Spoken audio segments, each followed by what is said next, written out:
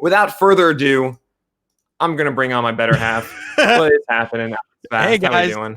It's me, the dude who Nick had to kick Pitching Ninja and Eno Saris off for. Sick.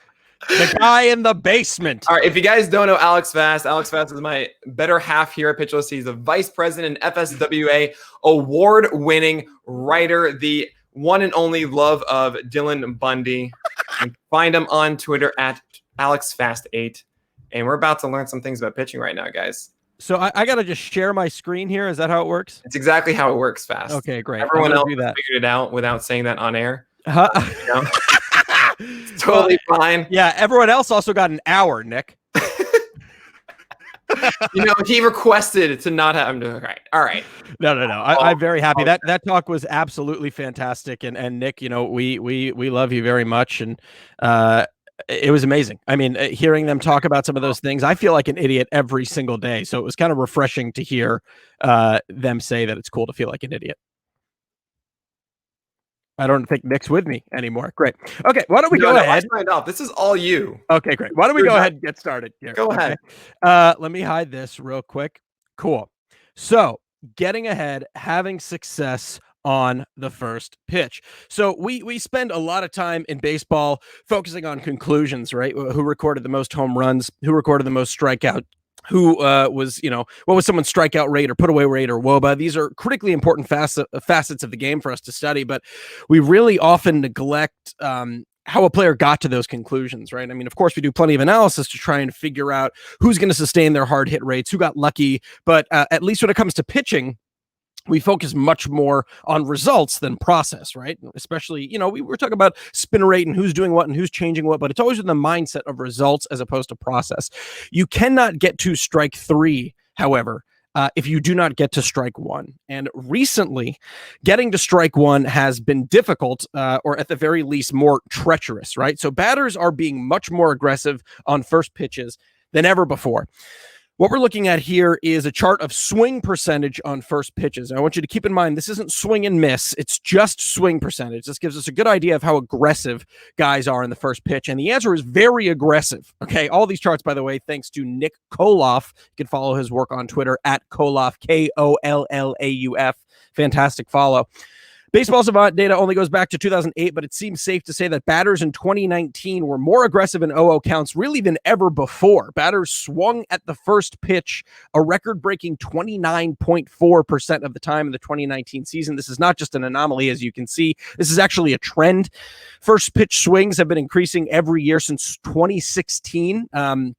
Why this may be, what we're going to get into in a little bit. But for now, why don't we just answer the question, who is this good for, right? Is this good for batters or is this good for pitchers? Now, from this chart, it makes it seem abundantly clear that this is a good thing for batters. What we're looking at here is WOBAcon on first pitches. Now, theoretically, this is the exact same thing as WOBA, weighted on base average, in 0-0 counts. There's a slight difference, though, between the two on Baseball Savant for those who are pedantic and very anxiety-ridden like me. While WOBA doesn't take into account swings and misses in 0-0 counts, it does take into account hit by pitch and intentional walks there. So there's a slight discrepancy, but I just wanted to clarify that. What we're looking at, though, is WOBAcon or WOBAcon. It's WOBA on contact, right? Weighted on base average, just on contact. Very effective way to measure if a batter is having success or not. As you can see here, batters in 2019 had a lot of success. Okay, the league average WOBAcon last year in 0-0 counts on first pitches was 384. Batters had a 402 WOBAcon on the first pitch last year. Context is one of the most important things in our analysis, so we know that's higher than ever before. We know it's higher than league average, but what's really important then is we need to see how it compares to other counts, right? That's a really important context to keep in mind. So by WOBAcon standards, a batter does the most damage on 3-0 counts, right? This is what we're looking at. WOBAcon broken down by count. So it's over 500 on 3-0 counts. That completely makes sense, right? A pitcher needs to put a ball over the plate to not walk the guy. A batter takes advantage of it. He mashes it for a 511 WOBAcon. 3-1 makes sense. So does 2-0 and 2-1. The pitcher is behind in the count, right? What is really, really surprising to me, and what got me kind of floored and excited about this, first pitches are fifth on this list.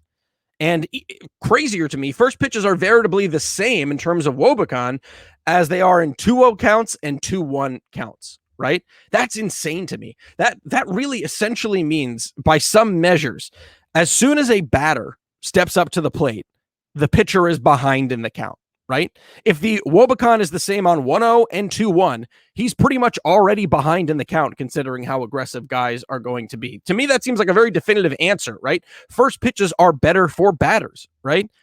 But wait, there's more. Swings are at an all-time high, and Wobicon is at an all-time high. Whiffs are also at an all-time high, too. So what we're looking at here is whiff rate in 0-0 counts. It's important to remember that whiff rate slightly different than swinging strike rate. Swinging strike rate is the percentage of total pitches a batter swings and misses at, and whiff rate is the percentage of swings, total swings a batter misses on. Daniel Port talked about this a lot yesterday, too, in his fantastic presentation. Because we've established that batters are already swinging at an historic rate in 0-0 counts, and because the pitches we're looking at are all in 0-0 counts, I figured it would be a bit better to focus on whiff rate here. For what it's worth, though, swinging strike rate was also at its highest on first pitches in 2019, so it really doesn't make that much of a difference. Batters whiffed at the first pitch at an historic 27% clip, steadily increased every year since 2012. While the difference between 2019 and 2018 doesn't seem stark, it's crazy to think that less than 10 years ago, first pitch whiffs were down 6%. Okay, so we just looked at a bunch of charts, so let's do a review real quick. What we know so far: batters are swinging more than ever at the first pitch. Batters are whiffing more than ever on the first pitch. Batters are doing more damage than ever on the first pitch. Batters are not taking the first pitch anymore. I'm going to spare you another chart, but yes, first pitch called strikes are at an all-time low. Batters are turning first pitches into hard hit balls more. Once again, I'm going to spare you the chart here, but as would only make sense with the league high Wobicon, batters are turning first pitches into hard hit balls a little bit more as well. A little bit weary of hard hit, especially after Connor Kirkon's fantastic true hit piece a couple of days ago, but still important to know. At the top, we asked the question, who is this aggression good for, right? The fact that batters are more aggressive on the first pitch than ever before, is it good for batters or good for pitchers? And the answer to this question is just yes. And I love that. I love that it's yes, because it shows there's no right answer. First pitch pitches are better for batters, and they are better for pitchers. Lovely little paradox to me that encapsulates how there's really no right answer in baseball. I asked Dan Straley about this a little while ago, and he told me, quote, there is no such thing as a hitter or pitcher count, right? And what do you know? The major league pitcher, now KBO pitcher, is right. Never one side of the story. Context is extremely important. So let's start to take a look at some of the context, right? What are they swinging at? Let's take a look at how pitchers are starting off at bats, and let's start at a more macro level. Before we begin our deep dive here, I think it's important to provide the caveat that the best way for me to get accurate data was to lump relief pitchers and starting pitchers together into just pitchers, as when utilizing the savant search for just starting pitchers, the results were a little bit skewed, right? Not every pitch was accounted for. There seemed to be some issues with the search, which very well could have been on my end, by the way. So rather than present with skewed information, I focused on pitchers as a whole, which I still think is very, very beneficial to our point, but it's an important caveat nonetheless. For as long as we have evidence, first pitch fastballs have sort of ruled the game, and that makes sense. I'm not a pitching coach, nor am I a baseball player. I'm a slightly overweight 32-year-old Jewish kid giving a presentation from the comfort of his parents' basement. But I do know that it's been frequently taught that you should showcase your velocity early. You want to be able to get ahead of the batter with a pitch you can command, that if you can induce weak contact or get a ball in play and get an out with one pitch, that you're ahead of the game. And a great way to accomplish these things is to throw your fastball. If the data is any indication, this is something that has been happening for years. But if you look closely at the breaking pitches, right, which is the boxes in blue, once again, another great graphic by Nick Koloff at KOLLAUF on Twitter, you're going to notice something interesting. First pitch breaking pitches have been increasing every year since 2015. 23.5%, 25, 26.7, 26.8, and then 29.2 in the starkest jump of the past 5 seasons. This seems to be coming at the cost of the fastball, which have shown, as you can see, a steady decline over the past 5 years. First pitch fastball, steady decline over the past 5 years. So let's take a look at why that might be, right? This is a list of all 3 pitch types, fastballs, breaking pitches, off speed, from the past 5 seasons, sorted by whiff rate just on the first pitch. A lot of interesting things to break down here. 1, breaking pitches have constantly gotten the most whiffs as a first pitch. 2017 and 2018 are tied for the lead at 39.7. 2019, not far behind at 39%. That's what the average was over the 5 years. excuse me, off-speed pitches are also getting a similar amount of whiffs year over year. But remember from the last chart that they are far and away being thrown the least here, right?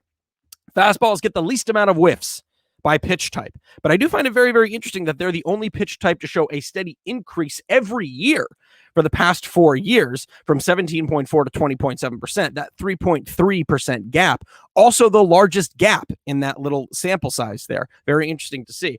I do think it's also interesting that when sorting, it literally goes breaking pitches to off speed to fastballs. Now, CSW, called strikes plus whiffs. If CSW taught us anything, it's that whiffs aren't everything, right? So let's take a look at that. Let's bring called strikes into the mix. Same exact chart, just sorted by called strikes plus whiffs, CSW. Some more interesting takeaways. Breaking pitches, once again, at the top of the leaderboard. It makes sense, right? If you have that huge whiff rate, you also have a huge swinging strike rate. So you don't really need that many called strikes to maintain the top of the list here. What I do find most interesting about breaking pitches, though, is that if you remember, 2019 breaking pitches were in the middle of the pack in terms of whiff rate. Just 2019, by the way. But the 2019 CSW on breaking pitches is actually at the bottom, right? That leads me to believe that pitchers are purposefully throwing these 0-0 pitches out of the zone to get a whiff, which is counter to what you do, or what you would theoretically want to do on a first pitch, throw it in the zone, get that strike. It makes sense considering what we know about a batter's aggressiveness, though, early on in the count. Fastballs have leapfrogged off-speed pitches, which once again makes sense, as fastballs are far easier to throw for strikes. Also important to know the incredibly minimal disparity between 2018's leading CSW at 37.8 and 2016 at the bottom, which is 37.2. It's kind of bizarre how that's stabilized over 5 years. Maybe it's because CSW's dope. Off-speed pitches fall to the bottom, with 2019 off-speed pitches getting the second lowest CSW of any pitch type over the last 5 years. One of the most interesting takeaways from those past two charts, while breaking pitches largely maintained in whiff rate, right, and CSW, so similar whiff rates over 5 years, similar CSW, remember, they increased in usage every year for the past 5 years. Fastball's still the most dominant pitch in 0-0 counts. They've started to see a gradual decrease in first pitch usage, but what about how they performed? Hello! No pitch type got hit harder in the past 5 seasons than fastballs. And interestingly enough, no pitch had weaker contact. It's sort of poor choice of words, but you see what I mean, than off-speed pitches in 2019. Bizarre to see two pitch types from the same year on opposite ends of the spectrum here. Breaking pitches both got hit extremely hard and got a lot of whiffs. Once again, that paradox we were talking about, which is also very interesting. As you can see to the right, though, we have ex-Wobicon, right? Expected weighted on base average on contact, what that result of the play theoretically should have been, right? If we sort by that, breaking pitches are actually more middle of the pack. Off-speed pitches have also come a bit more towards the middle, though they don't really get punished all that hard. But fastballs are still getting hit really, really hard, no matter what you look at between Wobicon and ex-Wobicon. And they have been for the past 4 years. Remember, though, we're looking at all fastballs, right, as a pitch type. Four-seamers, sinkers, two-seamers, cutters. If the fly ball revolution has taught us anything, it's that sinkers suck and that you shouldn't throw them. Sinker usage was nearly at its lowest usage in 2019. And is that what's been making up for the increase in Woba and Wobicon on all fastballs over the past couple of years?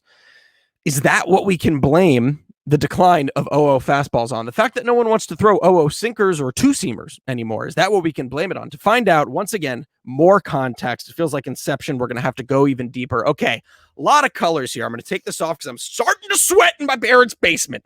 We know that fastballs ruled the roost, so to speak. Don't know if anyone says that anymore. But now we can get more specific and see that four-seamers have been the primary culprit, as is notated in blue at the top of the chart. I forgot I wore this sweatshirt because there's a stain here and I'm a slob.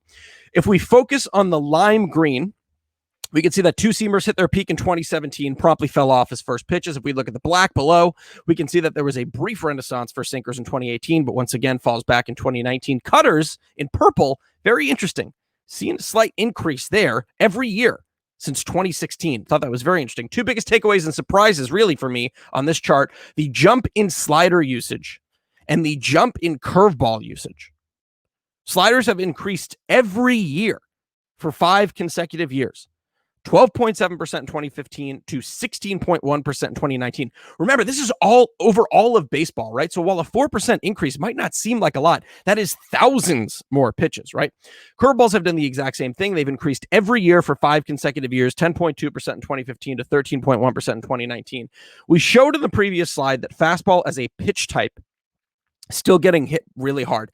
Let's get more specific, more context. Let's see what kind of fastballs are getting hit hard. Okay. Wow. Lots of numbers. Really not good presentation style, right? This is kind of like bad etiquette, but bear with me. We're looking at is results. All 4-seamers, sinkers, 2-seamers, and cutters every year from 2015 to 2019. Currently sorted by Wobicon, weighted on base average on contact, and OO counts. Okay. So it's sorted right over here. This is what it's sorted by. If you look here, you can see that 4-seamers in 2019 returned the highest Wobicon of any fastball pitch type in the past 5 seasons. So it's getting hit the hardest, the worst results. Not only that, first pitch fastballs have had the top Wobicon and ex-Wobicon for the past 4 seasons. Keep in mind the thing I keep preaching, however, that this is about context, right? Wobicon is only looking at balls in play. If we sort by whiff rate, right, which is what we did here, same chart, same exact things, but by whiff rate, we can see that cutters have actually had the most success getting whiffs and OO counts. Important caveat here, they were only thrown 5.9% of the time. Remember, that's a number that's been on the rise, so this is theoretically something that could continue over the next couple of years, by the way, which I'm very excited to keep note of. The guys throwing the most first pitch cutters, however, appear to be veterans, which is really weird. Anibal Sanchez threw it 21% of the time, returned a 224 Wobicon. Very good. Lance Lynn, 14.4% of the time, 125 Wobicon, which led the league. Lance Lynn, 14.4% first pitch cutters, led the league in terms of contact. Guys like Erod and Merrill Kelly also having success doing that as well. Very interesting list of names. If we raise the threshold to pitches thrown more than 10%, however, then we're back to 4-seamers, right, in 2019. So once again, a paradox. 4-seamers getting hit the hardest in OO counts, and 4-seamers in OO counts also getting the most whiffs. That leads me to believe that there must be something with location, right? More context. Here we can see that a majority of first pitch 4-seamers were thrown at the top of the zone, right? Which is a good thing, right? This is what we preach all the time, the Blake Snell blueprint. Fastballs up, breaking pitches down. What is also interesting to note is the 11.3% in the bottom right-hand corner, also very popular, right? Now, I want to say that the 8.8% is that's how many mistakes there were made, but as Michael Fisher of Codify has pointed out, sometimes if you're Sean Armstrong of the Baltimore Orioles, it's okay to throw right down the middle. Sean Armstrong threw 51 fastballs purposefully right down the middle last year, or let's say at least 30 purposefully right down the middle. 0 WOBA on those pitches, right? It's all about taking advantage of batters and context, but I digress. Up and in, down and away, up and away seem to be the most beneficial, where a majority of these were thrown. Here's where a majority of the whiffs were. Okay, so the past one, this one was just where they were going. This is the whiffs. Once again, at the top of the zone, right? Seems like guys want to pound the zone with fastballs, but up at the very top. Is this where they are having the most success? No, not at all. If you look at the right, you can see batting average. I can't do Wobicon here, sadly. Batting average on first pitch 4-seamers by zone. Pitchers get punished most, of course, middle 4-seamers, more often than not a mistake. What's interesting is they're still giving up a 332 batting average against on pitches up in the zone, right? That's where the whiffs were 17% of the time. Also a 332 batting average against on pitches up in the zone, which is where they're focusing on a lot. It seems if pitchers want to have more success with these first pitch heaters, right? If they want to stick with the first pitch heaters, they should be focusing up here, right? Up and in to righties or up and away to lefties. They get a high amount of whiffs, right? 10.3% of the whiffs were coming in that zone, and they're not getting punished. They're getting punished the least in terms of batting average at 246. So who is currently having success there, right? Wow. What an interesting list this is, right? Found this at around 1 a.m. this morning, and I was delirious. This is the top 12. Top 12 looks at the guys throwing the most heaters in that up and in part of the zone sorted by WOBA. Okay, so this is only guys throwing up and in on first pitch 4-seamers at the top of the zone by WOBA. Very specific. Garrett Cole did not allow a single hit on these pitches. That's amazing. Okay, nor did Bauer, nor did Lynn, or DeGrom, or hello, Jordan Lyles, or Giolito, or hey, why not? There's a little Glenn Sparkman in there. Very interesting. If we look at whiff rate, the results are similar too, except Justin Verlander joins the crowd along with Mike Minor, Chris Paddock, and Max Scherzer, right? This is just looking at who throws the most sorted by WOBA. If we're looking at whiff rate, like I said, Mike Minor, Chris Paddock, Max Scherzer, Justin Verlander, good list to be a part of. So we know that fastballs that are up and into righties and up and away to lefties seem to get a good amount of whiffs and OO counts and don't give up a lot of contact. But that does not explain the league high Wobacon on first pitch four seamers, or does it? Who is getting punished the most there, right? Who's getting punished the most there? Poor Jeff Hoffman. These guys got hit the hardest on first pitch four seamers. Okay, I'm going to spare you the 10 different graphs, but locations are a hodgepodge, right? The one thing they all have in common, though, they are not up in the zone. All of these guys are throwing first pitch four seamers, not up in the zone, and they are getting punished, right? If they are up in the zone, they're up in middle. There's only one example of that. I believe it's you, Darvish. So if you are going to throw a first pitch four seamer, it seems you better be really confident that it's going to come high and tight or high and away. Best way to come high and tight is with that spin efficiency and spin rate too, which explains guys like Justin Verlander and Garrett Cole, right? The question isn't really where to throw the four-seamer, though. It's should you be throwing a four-seamer at all, right? Let's return back to the previous chart for a second. We know that sliders were on the rise, but this chart shows us something that's even more impressive. 2019 was the first time that any pitch type other than four-seam fastballs were thrown more than 15% of the time. Two-seamers came close in 2017, but sliders are the only one. That really blows my mind, okay? That's how far the slider has come in terms of first pitch sliders, right? Are these sliders having success? Kind of. Yeah, they gave up a 387 Wobacon last year, which is the 10th best overall pitches in the past 5 seasons. So 10th best Wobacon over all pitch types, right?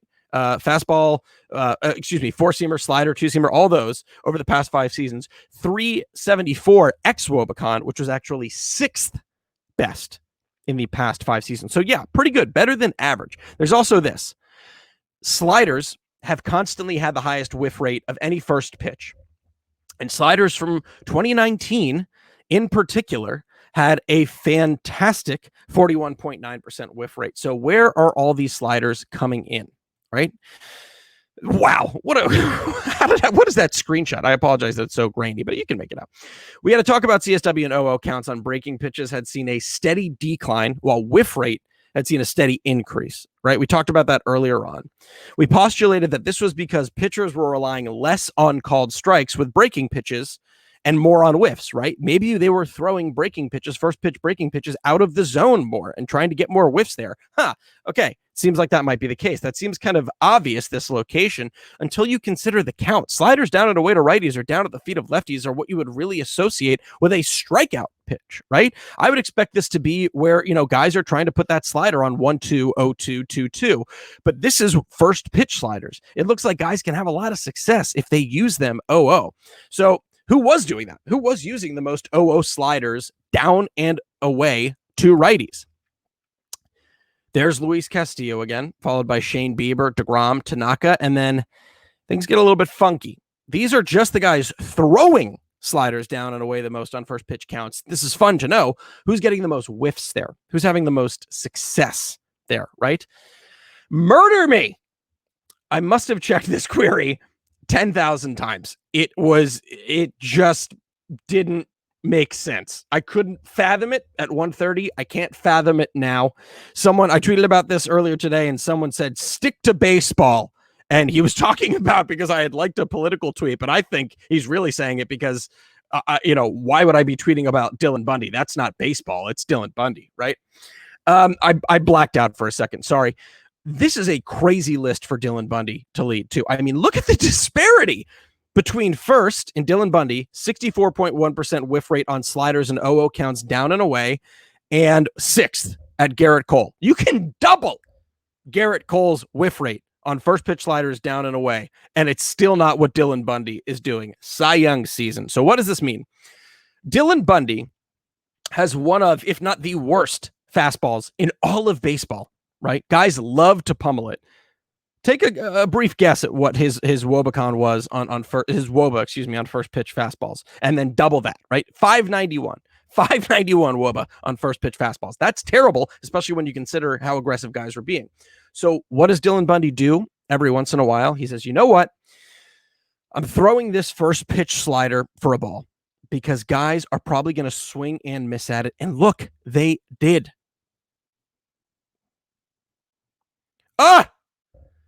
I love you. I cut it off too soon because Gary Thorne says something like, there's a whiff. There's a whack at it. There's something, but it's gorgeous, right? It's a gorgeous 0-0 pitch. And if you can tell from Vlad Jr.'s swing, let's watch it one more time. I'll watch this all day, right? He's not sitting slider on this pitch. Nope, not sitting slider. He didn't think it was a first pitch slider, okay? Now, remember, this is whiff rate, right? 64.4% whiff rate, just over total pitches. Over total swings. Guess what? If we look at just swinging strike rate, he's still second, Dylan Bundy, to Kyle Gibson, who jumps up to first, which is also very interesting. Let's, before we can take a look at some of the final takeaways, why don't we get into who's actually having success, right? So this is removing all of the context, right? Who is doing it? Who's getting ahead? Who's got the best first pitch stuff, okay?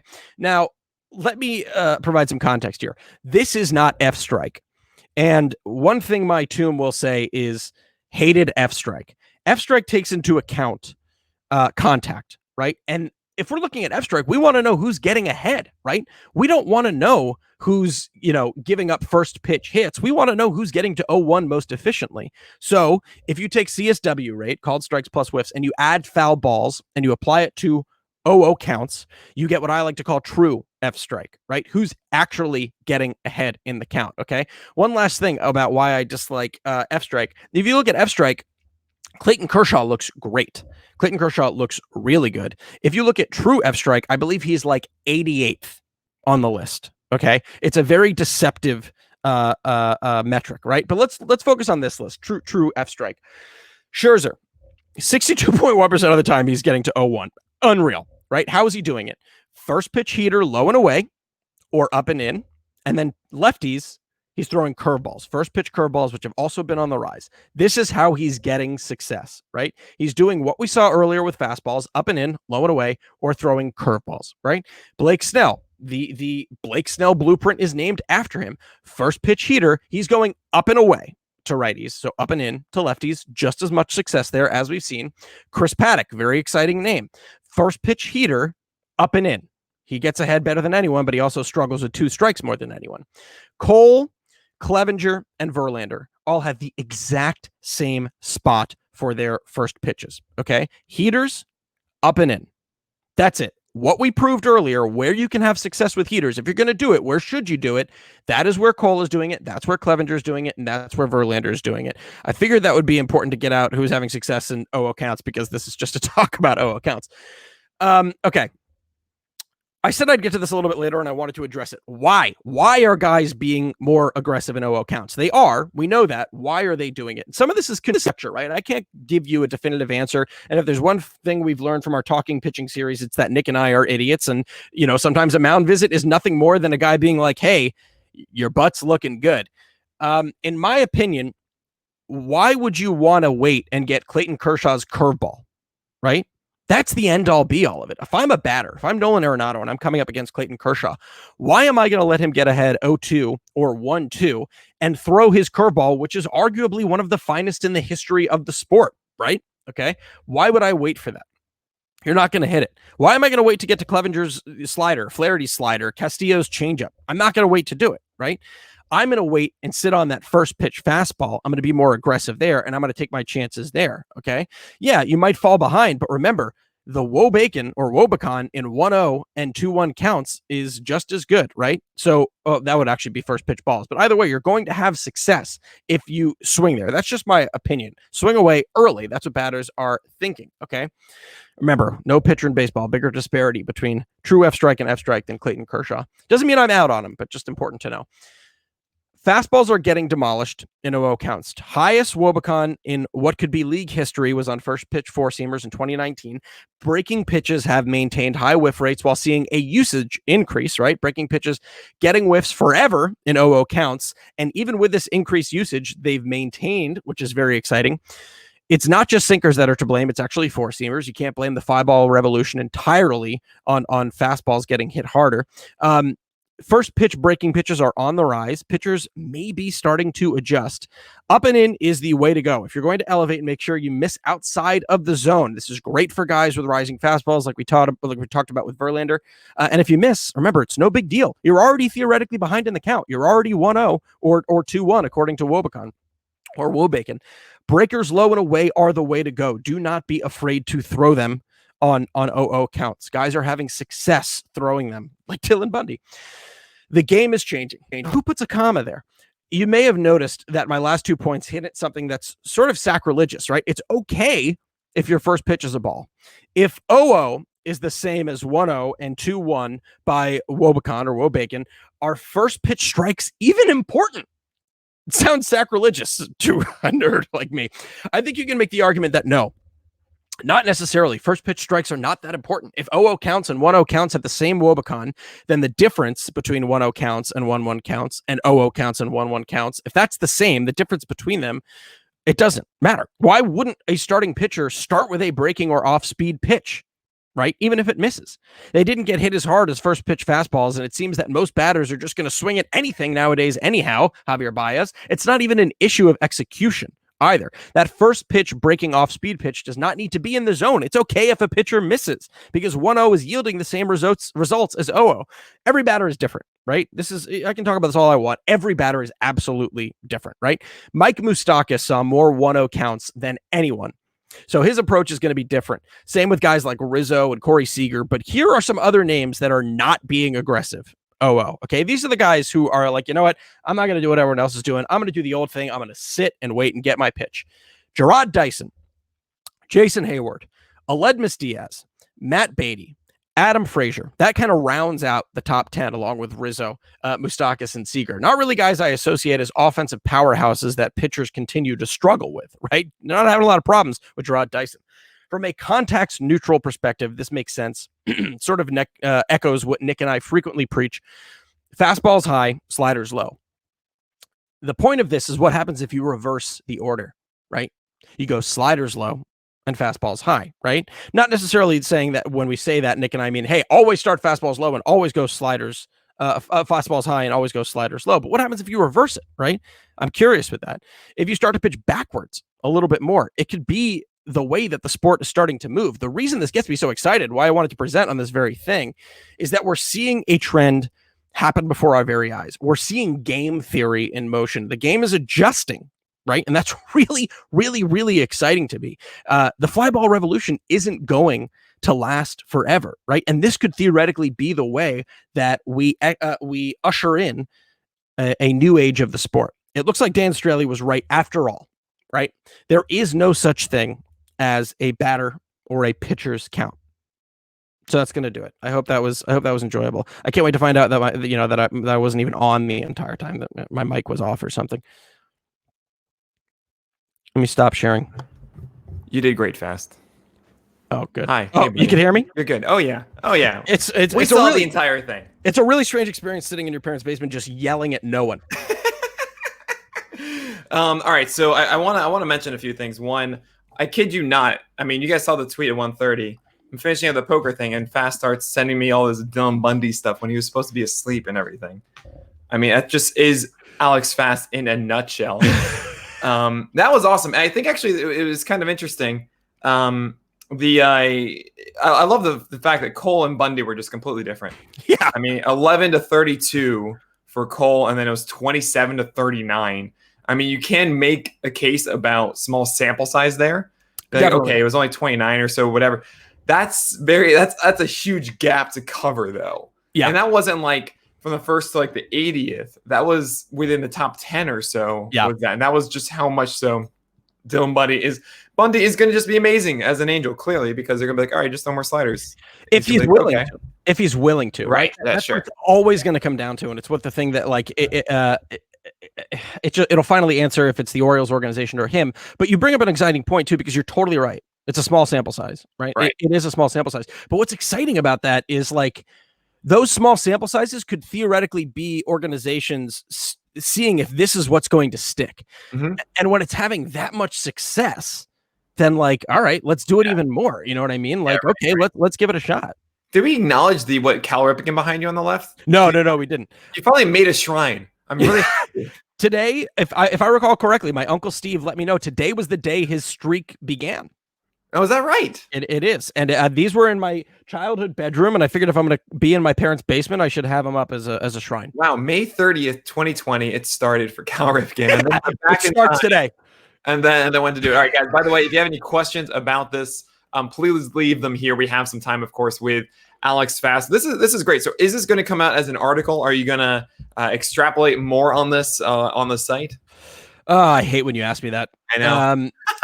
If people want this as an article, I'm happy to write about it. It's a great. Okay, the main takeaway should be like, look, we're throwing too many fastballs. It's actually something that Alex Chamberlain talked about in his presentation the first day, was that, look, breaking stuff is just better as a pitcher. Yeah, it just makes the life harder for hitters. Obviously, there is a moment when it's, when we say, okay, you know what, we're not throwing out fastballs like that. We need to hit that breaking point, though. We're still pushing out the walls of this dark room. We don't know. Sorry, pushing out our arms to find the walls in this dark room. We haven't gone there yet. So definitely, like, hey, be aggressive. Now, the Vladito one is very interesting. It was a first and second nobody out situation, and there is something to be said about throwing breaking stuff in tough situations in jams. Oh, like a double play counts or something. Well, it's more of that. The philosophy is that when a batter wants to be aggressive because he wants to knock in the guy. So generally, the thought process is if there's a man on second, the first pitch you throw is going to be a breaker. That's actually. Go ahead. Sorry. Yeah. Well, you're probably going to make the same point I was going to, which is Bundy gets in that situation a lot. Yes, exactly. Of course. That actually, you kind of just popped a very large, exciting pimple and made me feel really good, because you're right. That's probably why it happened. But I wish someone would say to him, hey, you realize this result you got because you suck so much means that you could actually be really good. Maybe not phrase it like that. I don't know who he is. I don't know if he likes to be talked to that way. Whatever. I'm not trying to kink shame Dylan Bundy. How did we get there? I don't know, man. You know what? I don't even want to hear it from you, Nick. The amount of cursing that was allowed in that last podcast. Okay. Sometimes you got to know when it's like, what am I going to do? Yell at them? What am I going to do? Yeah, you know what? I thought that was. I actually already texted them that they're going to send $50 my way because.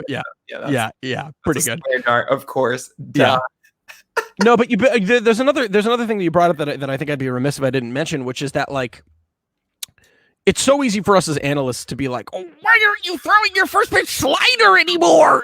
But like, thank you. But when you think about it too,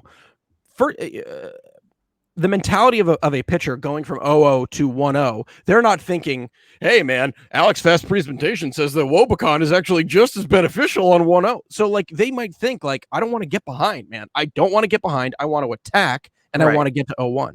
Yeah, it's so fascinating. I mean, we really need to be battling from the beginning. I mean, that's the way you phrased it. Yeah. I'm not pitching, but, but that's the idea, is to be like, hey, 0-0 counts is not in your favor right now. You're behind already. Yeah. And that's a worrisome thought. I think it was Luke Weaver who was talking about it last week, was saying, like, he looked at Max Scherzer and the way that he just goes and gets it. Right. He said, you know what? Why am I getting behind so much? Like, he was having first pitch strike rates of like 55%. All of a sudden it was 70. Dude, if you tell Max Scherzer, right? I mean, who's going to tell him anything? But if you say to him, hey, I want you to pretend when you get on that mound that every pitch is 1-0. Like, he's going to turn into that little dude from, what was that Pixar movie? The little red guy who's like angry all the time. Inside Out. That was Inside. Yeah. Inside Out. Inside Out. There you go. Yeah, Inside was the prequel. I didn't know what the second word was. But still, you know what I mean? Like, it's a fascinating mentality. And like, this might be something we're just going to have to ask pitchers about, because it's like I said, like, we can conject about this, or conject isn't a word. I always thought it was. We can provide conjecture about this as much as we want, but it should be a word, right? But if I learned one thing from your last talk, it's that I felt good because I feel like an idiot all the time. Oh yeah. So that was great to hear them say that. Oh, But yeah, unlike you feel like an idiot so much. I you know it. You know I feel like an idiot all the time. No. I mean, we both do. Yes. The only difference between you and I and Eno is that we're not getting texts from Zach Greinke about it. Oh, man, that's like a new goal in life. Oh, we got to get texts from Zach Greinke that he ignores then for 3 months, and then returns finally. But yeah, it's okay. So there's a lot of philosophies about like, as a pitcher, many feel those situations where they are battling uphill from 0-0 anyway. Yeah. And then all of a sudden, Max Scherzer is like, no, I'm attacking right away. Yeah. And I feel something about like, well, we don't want to scare them. It's like, oh, you should be feeling that lack of confidence. It's more of, okay, pitch backward more, please. Yeah. That's really the notion that it's like, we call pitching backwards, but we should just call it pitching. 100%. And that might be the kind of way to present this. Forward. The PitchCon has been great because it's brought some interesting things to my mind, right? There's no such thing as a batter or pitcher count. It shouldn't be called pitching backwards. It should be called pitching. And then Tom Tango tweeted about something that I thought was really interesting, which is, I was kind of being flippant, but like, pitch types are a construct. You know what I mean? Like, pitch types are a thing that, like, you have that exact conversation. Darvish gets mad because people call it a splitter. We too frequently forget that we put them in a class, and some, like Andrew Heaney's sinker, right? Pitch type is a construct, and it's such a funny way to put it. Yeah, that's great because it's just a pitch at the end of the day. That's all it is, really. The type itself is irrelevant. Exactly. All right, question here from Ronaldo224. He asks, did you break this down between starters and relievers? So I did not, and purposefully. The data was a little bit skewed when I started looking at just starting pitchers. And I think that was sadly the way that Baseball Savant handles data, right? So I don't think when there's an opener that it's counted as a starting pitcher in that query. So as a result, all of the pitch types didn't add up to 100. They didn't add up to the full 00 count. So I felt I don't want to present on something that I can't get behind. It is an interesting thing to think about, though. In my mind, too, does it? I was thinking about it. Do you think it matters? Because obviously guys approach things differently, but like relievers are still probably going to go fastball a majority of the time unless you're like Amir Garrett. You know, I don't know. There are a lot of relievers that go pretty much 50-50 in pitch type anyway. Yeah. You know, I would say if any kind of pitcher is going to be more receptive to throwing breakers, it's relievers more than starters. Yeah. So I don't know. I mean, I would still believe, 00 is going to still favor fastballs, of course. Yeah. But I would imagine there's a less of a reliance with relievers, just because also they're put in tough situations like that. Like they come into the game, it's the oh my god, this is terrible Dylan Bundy moment. So like they have the man on second. What do you throw? You throw your best slider, right? Yeah. So I don't know. It's but obviously the sample is going to be much lower with this kind of stuff. I mean, you also focus on down and away sliders too, which then it wasn't just a slider 00. It was in that location, correct? Yes. Yeah. So it was like 39 Dylan Bundy sliders 00 and down and away. Down and away. Yeah. Right, okay. Yeah, so because it was important to see like that's where he could have so much success there. You know what I mean? Like if I could talk to Dylan Bundy, if I was a part of the Angels analytics team, right? If I was an angel in the outfield, I would talk to Dylan Bundy and say like, "Hey, dog, like, what do you have to lose? Like, you have a terrible fastball." Right. Guys are going to look for it, and they're going to look for it for a while. And theoretically, while they're looking for it, you can throw this slider, and if it gets results, you might be able to improve that fastball a lot more because guys know that you're going to throw that first pitch fastball, and guess what? They're going to demolish it, dude. Yeah, exactly. He'd be like, "Who are you? How did you get here?" Are you asking me right now? Okay. I have no idea. Women in baseball. It's Women in Baseball Day. Women in baseball. This is the one I've been looking forward to most. We're doing it. Yeah. So we're very excited, of course, to file in still. But let's get you out of here fast. Well done, buddy. How do I get out of this basement? I do it.